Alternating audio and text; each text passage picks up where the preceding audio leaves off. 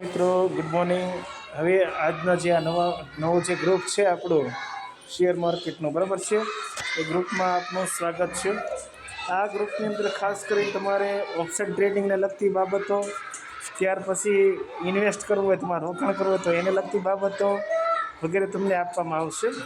તો એના ભાગરૂપે આજે જે આપણે ચર્ચા કરવાની છે એ સવારનો વિડીયો તો આપણે મૂક્યો જ હતો, પરંતુ અત્યારે આપણે જે ચર્ચા કરવાની છે એમાં જે આ ગ્રોનો જે સ્ટોક છે, બરાબર છે, આ સ્ટોકની આપણે ચર્ચા કરવાની છે, જેની અંદર આપણે જોઈ શકીએ છીએ કે ગ્રોનો સ્ટોક છે ને એનો 145નો લો છે, છેલ્લે 152નો લો હતો, એટલે કે 145 છે ને એ તમારો સ્ટોપ લોસ છે 145, અને છેલ્લે 152 એટલે કે હમણાં જે છેલ્લે કરેક્શન આવ્યો હતો ને એની અંદર 148 સુધી ગયો હતો, બરાબર. 148 સુધી જઈને ફરીથી રિકવર થઈને 162 આવી ગયો છે. હવે ગ્રોના સ્ટોકમાં તમારે ઇન્વેસ્ટમેન્ટ કરવું હોય, રોકાણ કરવું હોય તો તમારે આની અંદર પહેલાં 5-5 હજારથી રોકાણ કરવાનું છે. એટલે કે હાલમાં તો અત્યારે આના ગ્રોના સ્ટોકમાં અથવા તો કોઈ પણ કેપિટલ માર્કેટનો સ્ટોક હશે એની વિશેષતા એ હોય કે માર્કેટ જ્યારે સારી કન્ડિશનમાં હોય, પોઝિટિવ ચાલતું હોય, બરાબર છે, ત્યારે આ કેપિટલ માર્કેટના સ્ટોક આગળ વધતા હોય છે. માર્કેટ પોઝિટિવ હોય ત્યારે, માર્કેટ નેગેટિવ હોય ત્યારે કેપિટલ માર્કેટના સ્ટોક છે એ નીચે આવતા હોય છે, નીચેની લાઇનમાં ટ્રેડ કરતા હોય છે. તો આજે 162 જે આવ્યો છે અને હાઈની વાત કરીએ તો જે સુધી 172 સુધી ગયો છે, ફરીથી 149 આવ્યો હતો, બરાબર છે. 144 છે ને અહીંયાનો લો છે, જેનો છેલ્લો લો જો જોવામાં આવે તો 144 જેવાનો લો છે.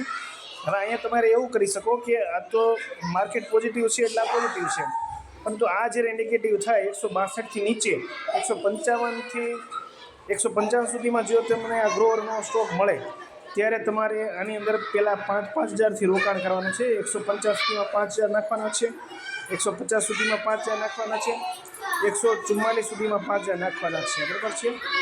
પણ યાદ રાખવાનું કે આ જે કેપિટલ માર્કેટના સ્ટોક છે એટલે આમાં જ્યારે ઉછાળ આવશે ત્યારે પણ જોરદાર આવશે, અને આ જે સ્ટોક છે એમાં જ્યારે સેલિંગ થશે ત્યારે પણ જોરદાર થશે.